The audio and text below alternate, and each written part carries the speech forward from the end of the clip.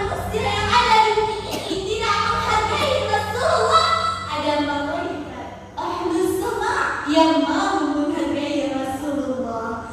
Teman-teman sekalian, dalam peristiwa Isra Mi'raj, Rasulullah menaiki kendaraan yang bernama Buraq. Ada yang mengatakan binatang surga mirip hewan. Teman-teman sekalian, jarak antara langit pertama, kedua, hingga ketujuh serupa dengan 500 tahun perjalanan. Setiap berada di langit, Rasulullah bertemu dengan para nabi dan rasul. Di antaranya, langit pertama, Nabi Adam alaihissalam. Di langit kedua, Nabi Yahya dan Nabi Musa. Langit ketiga, Nabi Yusuf alaihissalam. Langit keempat, Nabi Idris alaihissalam. Dan langit kelima, Nabi Harun alaihissalam. Di langit keenam, Nabi Musa alaihissalam. Ketika bertemu dengan Rasulullah, beliau menangis karena Nabi Musa mengetahui kalau setelahnya ada Nabi yang memiliki umat terbanyak, paling pertama, bahkan banyak yang akan masuk surga, yaitu umat Nabi Muhammad sallallahu alaihi wasallam.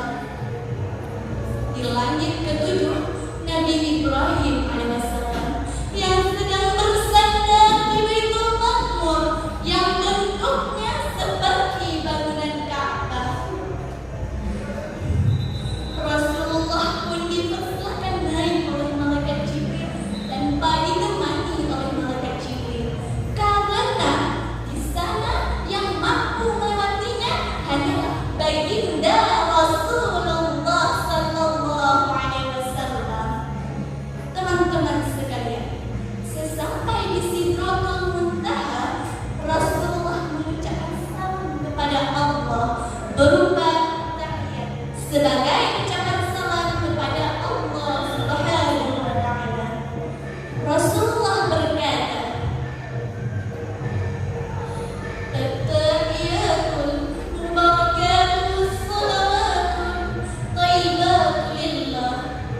Allah menjawab salam Nabi, "Assalamu alayka ayyuhan nabi wa rahmatullahi wa barakatuh." Nabi menjawab kembali, "Assalamu alayna wa ala ibadillahi sholihin." Seluruh penduduk langit berguncang dengan mengucapkan syahadat kepada Allah dan Rasulullah.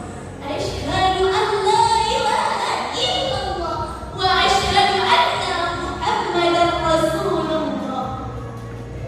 Teman-teman sekalian, dari ucapan salam antara Allah, Rasulullah, dan penduduk langit itulah sejarah diabadikannya bacaan ayat yang wajib kita baca dalam sholat, baik sholat wajib maupun